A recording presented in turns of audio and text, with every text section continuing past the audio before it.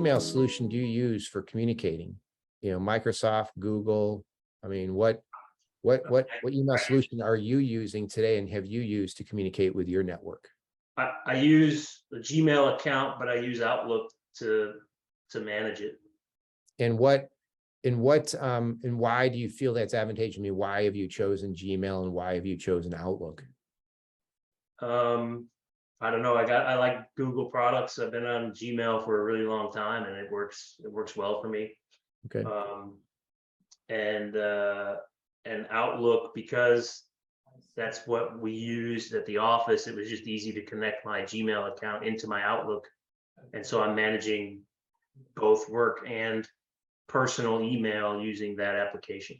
So it sounds like to me that the criteria for you a little bit is where your work calendar is. You want your email address to be connected with that so you can overlap it.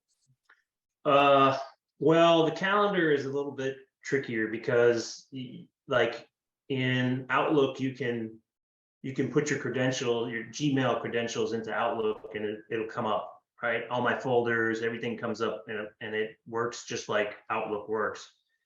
The calendar doesn't work that way. Like you can't just connect Outlook to your Google Calendar and have it turn up and have them sync and talk to each other, right? With the email, you can do it, but not with the calendar. In fact, that's what I'm going through right now that I'm leaving, is taking the personal stuff I had in my work calendar and putting it into my Google Calendar. Because obviously from my end, when I use Gmail, I find that the Google Calendar is very smart and intelligent. It works really well. And the nice thing I find a little bit more with the Google is that it seems to integrate with a lot more things more smoothly because it's Google. So, yeah. And then the Outlook one, I use more from, it seems to be more of a business, not personal. The business and the corporate side of thing is more Outlook. So it just comes down to, how important it is. Yeah, I have to create, I have an Outlook calendar, but then I have a Google Calendar for my personal stuff. Yeah. Mostly while I'm working, I like everything to be in one calendar, right? Because then, your personal commitments are booked on the calendar. So if somebody looks in your calendar to try and book something, see when you're free, that personal thing will show up as busy, right? So that's one of the reasons I mostly use the Outlook for the calendar. When you're getting responses from your campaign, how are you keeping track or organizing them? You did a big campaign, you had a big response. How did you best organize all of that communication and organization of all the conversations that you had? So the main thing I would do is if somebody responded, most everybody responded by email. I would reply back, and this is when I was in the mode of talk to everybody, right? I would reply back with a specific day and time, and depending on what their email said, a method of connecting, whether it's phone, video call, meet up for coffee, whatever. But I would specify a day and time and method, and then put it in my calendar. And if I never heard, if I didn't hear back from them, right, because it happens, that event would come up on my calendar, and I'd know to reach back out and say, hey, we missed, we weren't able to connect so far. How about, this? And then I would propose another day and time and put that in my calendar, so that it just, even if it took me 3 or 4 tries, eventually I would get a hold of them. I never lost track. And then after the communications that you had with them, did you have a way to manage those conversations, or did you pretty much, after the conversation it was done, it was just moving on to the next one? Well, what do you mean by manage the conversation? Well, I mean, like a lot of times, that conversation created more conversations because of the dialogue you had. So did you, like we have some members that are tracking their conversations in an Excel file. Do you have any sort of organization to, I look back? Yeah, I use the electronic note-taking software called Evernote. Okay. And so I have a notebook in there that's called networking, and I just, each note for these conversations would be that person's name And then I keep a record of what our conversation was like. And if I talk to them again in the future, I just add to that note. So at this point, you weren't adding the notes to Phello yet. Yeah, I would copy and paste them into Phello also, because so I have a record there. But I mean, it's a copy and paste. It's very easy, right? It's not heavy administratively. But you found that gathering the notes and the conversations was easier in this Evernote. Yeah, well, I've been using Evernote for a long time. I was an early adopter of electronic note taking, so and Evernote did it better than anybody in the beginning. So I've been using them for years.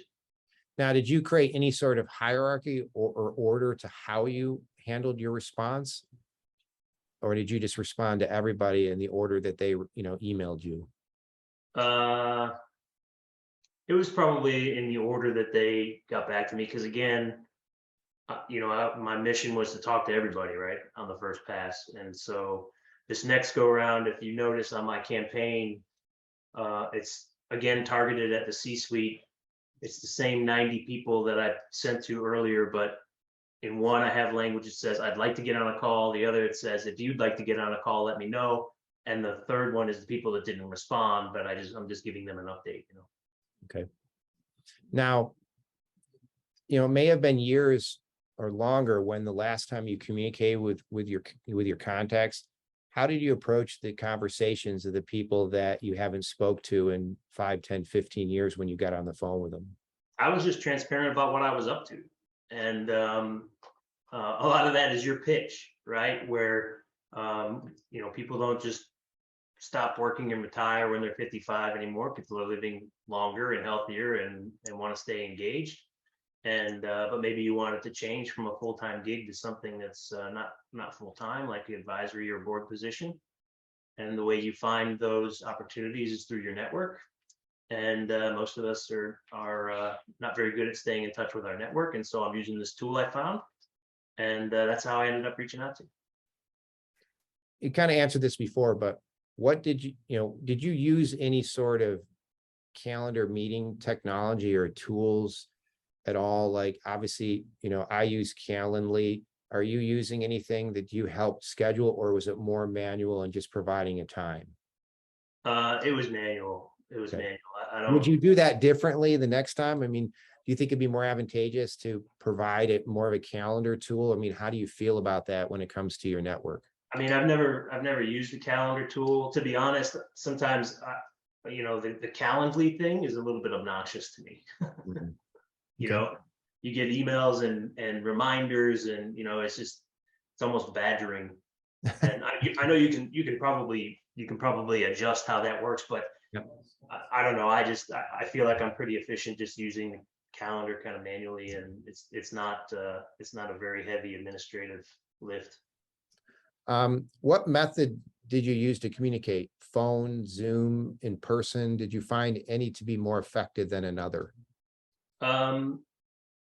Yeah, I mean, the video calls are pretty powerful, especially when you're not in the same place. Obviously, meeting in person, I had a lot of a lot of people in my network are here in Houston, so I went to meet with several folks over lunch or coffee, and then the video calls were good, and I had a few phone calls as well. Those are fine, right? But it's just, I would say in descending order of effectiveness, in person, video call, telephone, right? Yeah, and I would let the person I was communicating with indicate their preference, right? I wouldn't ask for, well, instead of a phone call, can we do a video call? Say, I'm happy to call you, or I can set up a video call if you prefer. And it was a mix of what I got back. Some just wanted a phone call, some a video call, and I would let them. I mostly did not suggest getting together unless it was somebody that I really wanted to connect with, and then I would, because it's an extra time commitment. But if they suggested it, I always took them up on it. So in today's world, that value of Zoom now is allowed us to still feel warm and fuzzy, right? Without having to take a half a day out to go to lunch. Yeah. basically you're saying that value prop is more face-to-face on Zoom is better than in some cases meeting face-to-face because the time commitment it takes on that. Yeah, I mean, yeah, depending on who it is, for sure. Right. What topics were most often discussed? Did you lead the conversation or do you let them lead it? Um, that also depends on who. And a lot of it was just getting caught up with what the other was up to. And for me, that included my role at my company. It included what I was up to in getting in touch with my network. And for them, it might be different business ventures they've tried, or what they're whatever they're doing in their work now, or a lot of the folks that I'm connected with are kind of at the end of their careers, and some of them are doing different advisory stuff and whatever. So it varied. For me, again, the goal was to reconnect with folks. So that's mainly what I was doing. And so wherever the conversation went, it went. I wasn't driving a particular message. Did you find that a lot of your contacts were in a similar, or in similar boats? Did you notice that, a lot of them were, a bunch of them were job searching themselves for potential opportunities? I mean, was it majority of all career based? Or is it job based in their company, or do you feel a percentage we're talking about, I'm actively looking myself, or I'm looking for roles myself? There were some, but I would say not many. I mean, percentage wise, it was small.